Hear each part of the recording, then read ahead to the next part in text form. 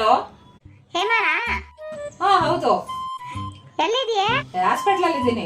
ಗೊತ್ತಾಯ್ತು, ಹಿಂಗ ಹಾಸ್ಪಿಟಲ್ ಇದೆಯಾ ಅಂತ ಹೇಳಿದ್ರು, ಅದಕ್ಕೇನೆ ಕಾಲ್ ಮಾಡ್ದೆ ಕೇಳೋಣ ಅಂತ ಅಂದ್ಬಿಟ್ಟು. ಹೇಗಿದ್ದಾರೆ ಇವಾಗ? ಏನಿಲ್ಲ, ಒಂದ್ 3 ದಿನ ಟೈಮ್ ಕೊಟ್ಟಿದ್ದಾರೆ. ಆಮೇಲೆ ಏನಿರಲ್ಲ, ಹೋಗ್ಬಿಡ್ತಾರೆ ಅಂತ ಹೇಳ್ತಾ ಇದಾರಪ್ಪ. ಏನಿಲ್ಲ, ಅದೇ ಚಿರಂಜೀವಿ ಅವ್ರದ್ದು ಹೊಸ ಮೂವಿ ರಿಲೀಸ್ ಆಗಿತ್ತಲ್ಲ, ಹೋಗೋಣ ಬರ್ತೀಯಾ?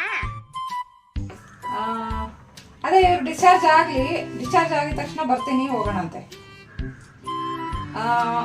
ಒಂದ್ 5 ನಿಮಿಷ ಇರು, ಯಾಕೋ ಕೇಳಿಸ್ತಾ ಇಲ್ಲ, ಇಲ್ಲಿ ನೆಟ್ವರ್ಕ್ ಬರ್ತಾ ಇಲ್ಲ, ಹೊರಗೆ ಬಂದು ಮಾತಾಡ್ತೀನಿ.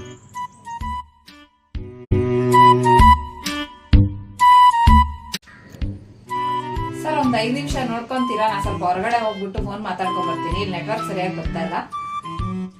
ಹೌದು, ಏನಾಗಿತ್ತು ಮೇಡಮ್? ಏನಿಲ್ಲ, ಹಾರ್ಟ್ ಅಟ್ಯಾಕ್ ಆಗಿತ್ತು. ಡಾಕ್ಟರ್ ಒಂದ್ 3 ದಿನ ಟೈಮ್ ಕೊಟ್ಟಿದ್ದಾರೆ ಅಷ್ಟೇ, 3 ದಿನದಲ್ಲಿ ಹೋಗ್ಬಿಡ್ತಾರೆ ಅಂತ ಹೇಳಿದ್ದಾರೆ. ಓ, ಆಗ್ಬೋದು ಮೇಡಮ್, ಕೊಟ್ಟು ಬನ್ನಿ.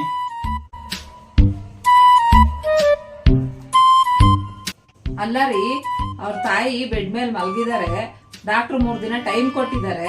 ಈ ಅಮ್ಮ ಅಷ್ಟು ಖುಷಿಯಾಗಿ ಹೋಗ್ತಾ ಇದ್ದಾಳಲ್ಲ. ಅದು ಸರಿ, ಅಲ್ಲಿ ಮಲಗಿರೋದು ಅವ್ರ ತಾಯಿನೇ ಅಂತ ನಿಮ್ಗೆ ಯಾರು ಹೇಳಿದ್ದು? ಅಯ್ಯೋ, ಅವ್ರ ತಾಯಿ ಅಲ್ವಾ ಅದು? ಅಲ್ಲ ಅಲ್ಲ ಅಲ್ಲ, ಮತ್ತೆ ಅವ್ರ ಅತ್ತೆ ಅದು. ಅವ್ರ ಅತ್ತೆನಾ? ನಿಮ್ಗೆ ಹೆಂಗ್ ಗೊತ್ತು?